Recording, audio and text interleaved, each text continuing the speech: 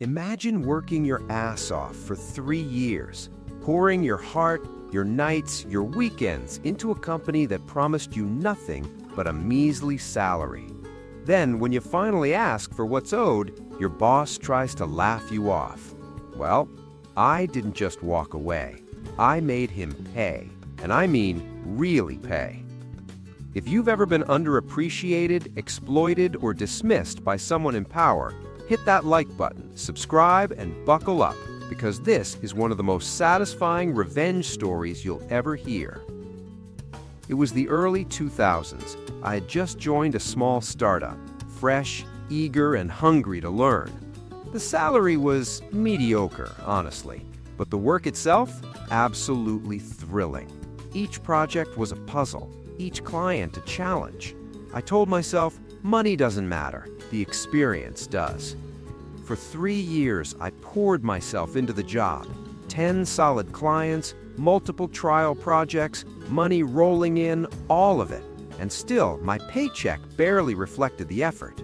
Nights blended into mornings, weekends vanished, and every email I sent, every extra hour I worked, every late-night client call, none of it came with a dime beyond my base salary.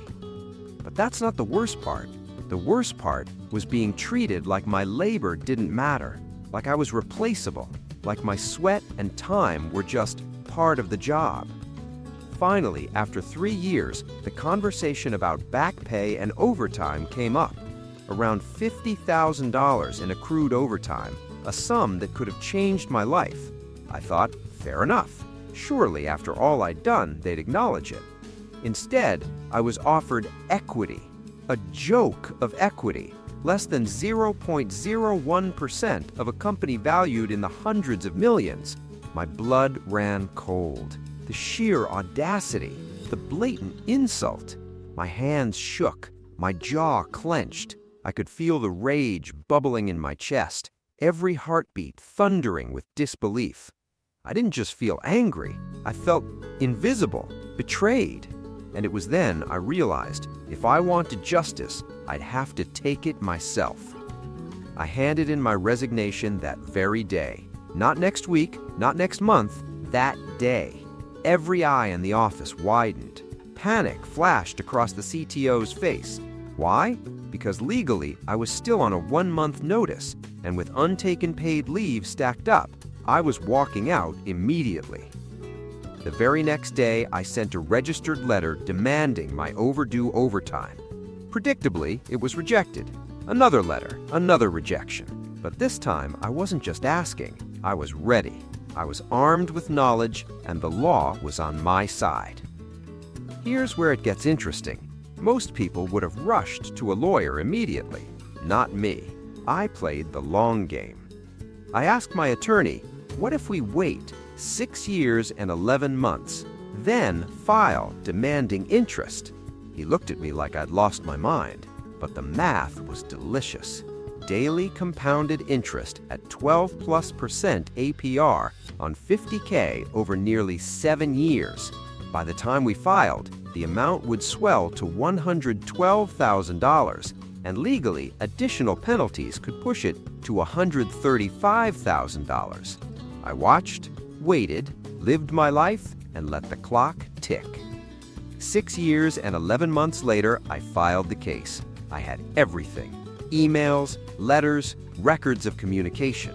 The CEO, he went ballistic.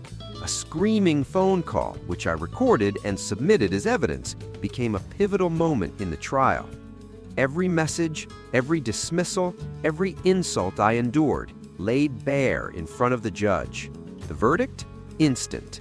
The judge ordered immediate payment, full amount, legal costs, and a full audit by the Labor Department. The company paid every cent. But the universe wasn't done. That same evening, the CEO, drunk and humiliated, crashed his brand-new Mercedes into another car.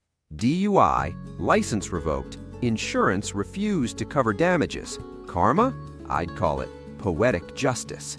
I sat back, poured a drink, and let it sink in. The scales of justice finally balanced. Sometimes revenge isn't about rage. It's about patience, strategy, and letting the law and life do the heavy lifting.